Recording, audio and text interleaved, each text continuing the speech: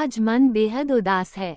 मेरा मन इतना खाली हो चुका है कि जरा सी आहट मेरे खाली मन से टकराकर जोर जोर से गूंज रही है। मैं अपने ही ख्यालों के घोड़े दौड़ाए जा रही हूँ। शायद मैं समाज की स्थिति और खुद की मनोस्थिति में फंस चुकी हूँ। जो समाज के लिए गलत है वो मुझे पता नहीं क्यों आज सही लग रहा है। ऐसा क्यों, उसके लिए आपको आज जो हुआ वह सब कुछ बताती हूँ, फिर आप बताएगा सही है या गलत।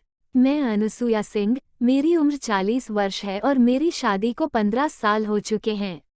मेरा ससुराल राजस्थान में है। मेरे ससुराल के पास ही एक परिवार रहता है जिसमें अनुपम जी, कामिनी जी, बड़ा बेटा परम, उसकी पत्नी शोभा और उसका बेटा तनिष्क और छोटा बेटा नरेश और एक छोटी बेटी प्रिया हैं। एक बेटी और है रानू, जिसकी शादी 18 साल की उम्र में शोभा की शादी के समय ही शोभा के चचेरे भाई से कर दी गई थी। जब मैं शादी होकर यहाँ आई तब यह चारों भाई बहन छोटे थे। प्रिया तो सिर्फ 5 साल की ही थी, इसलिए यह कह सकती हूँ कि मैं इन लोगों को बहुत अच्छे से जानती हूँ। प्रिया बहुत ही प्यारी बच्ची थी।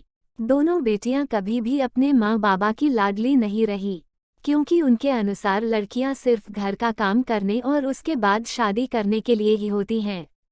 इसलिए उनकी पढ़ाई पर भी ज़्यादा ध्यान नहीं दिया गया। तो अब आप सोच ही सकते हैं, जब बेटियों की यह जगह है तो बहू की तो क्या होगी। रानू की शादी के बाद कई बार प्रिया मेरे पास आ जाती थी और यही कहती थी कि मैं ऐसे शादी नहीं करूंगी जैसे रानू दीदी की हुई है। मुझे तो लड़का पसंद होगा तो ही शादी करूंगी। मैं अपनी जिंदगी की बलि नहीं चढ़ाने दूंगी। और अब नरेश की शादी की बात चल रही है, जहां नरेश के लिए उन्हें मधु नाम की एक लड़की पसंद आई है। अच्छा खासा दहेज भी मिल रहा है, लेकिन आटा साठा प्रथा के तहत वो लोग मधु की शादी नरेश से तभी करेंगे जब प्रिया की शादी उसके बड़े भाई पवन से की जाएगी। अरे, मैं तो आपको बताना भूल ही गई। आटा साठा एक ऐसी प्रथा है जिसमें इस घर की बेटी उस घर की बहू और उस घर की बेटी इस घर की बहू बने।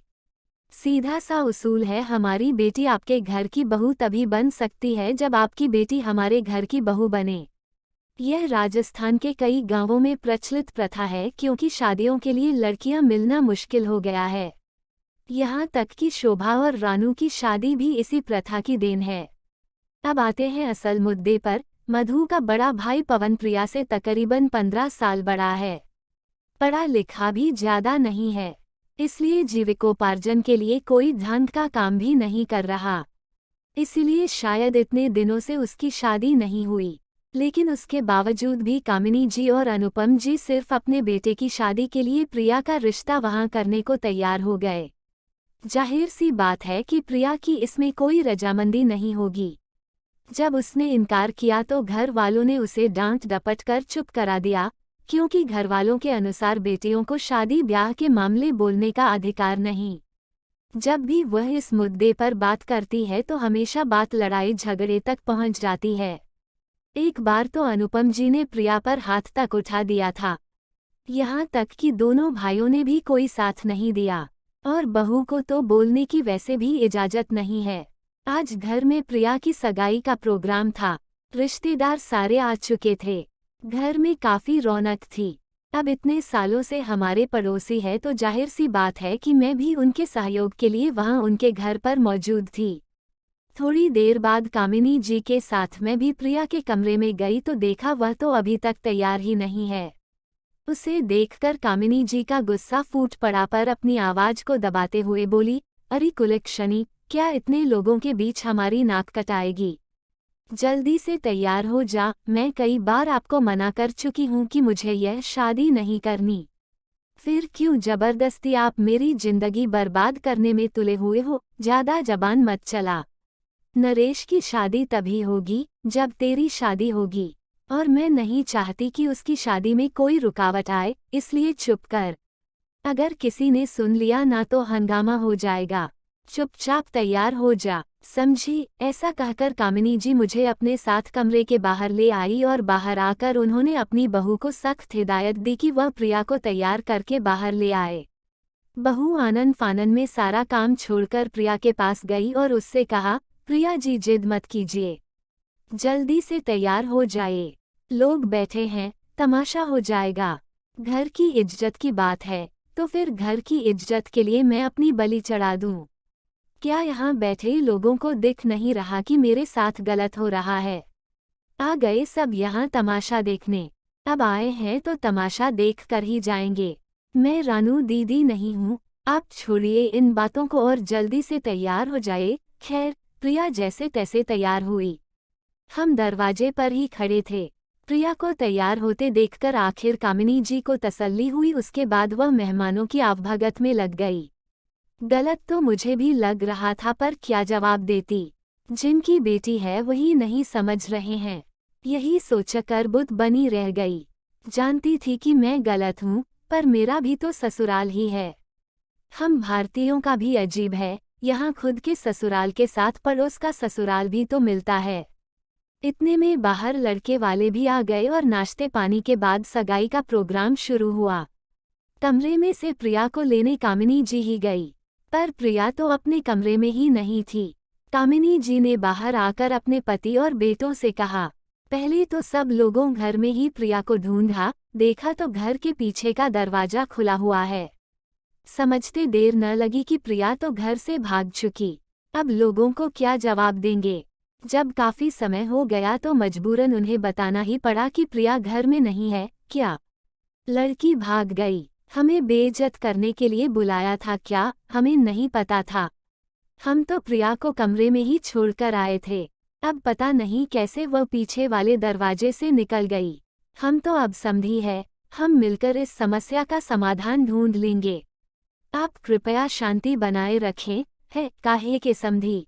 आपकी बेटी तो हमारी नाक कटा के चली गई। अब भूल जाए कि हमारी बेटी आपके घर की बहू बनेगी। देखिए ऐसा ना कीजिए। आप प्रिया के पीछे नरेश की सगाई क्यों तोड़ते हैं? माफ करना, पर शर्त यही थी, जब आपकी बेटी हमारी घर की बहू बनेगी तो ही हमारी बेटी आपके घर की बहू बनेगी। अब कोई शादी वादी नहीं होगी। ऐसा कहकर लड़के वाले तो वहां से निकल गए। पीछे लोग बातें बनाते रहे। कैसी बेटी है, अपने माँ बाप की इज्जत को मिट्टी में मिलाकर भाग गई। अरे ऐसी लड़कियां कुलक्षणी होती हैं, उन्हें कहाँ किसी की इज्जत से कोई लेना देना। अरे अब मेरे नरेश की शादी का क्या होगा? वह कुलक्षणी कुलघतिनी अपने साथ साथ अपने भाई की जिंदगी बर्बाद करके चली गई। पैदा होते ही मर जाती तो अच्छा था। अब की बार कामिनी जी ने कहा। मर गई वो मेरे लिए।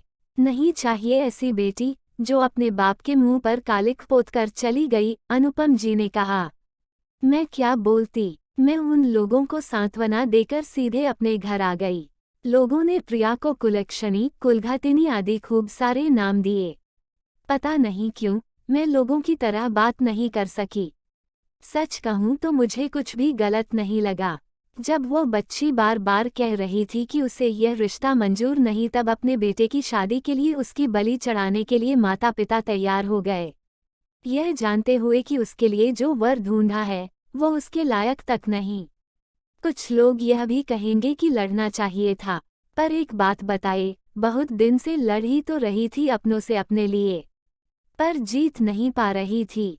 वह गलत कहाँ है? वह भाग गई तो गलत, पर यदि वह आत्महत्या कर लेती तो वह बेचारी और माता पिता अत्याचारी हो जाते हैं। हर स्थिति के लिए हमारे समाज में कुछ सोची समझी बातें बना रखी है। और आखिर में आटा साठा प्रथा के तहत लड़कियां ढूंढते हो, उससे बेहतर है कि अपने बेटों को इस लायक बनाओ कि लोग रिश्ता करने से ना कतराए।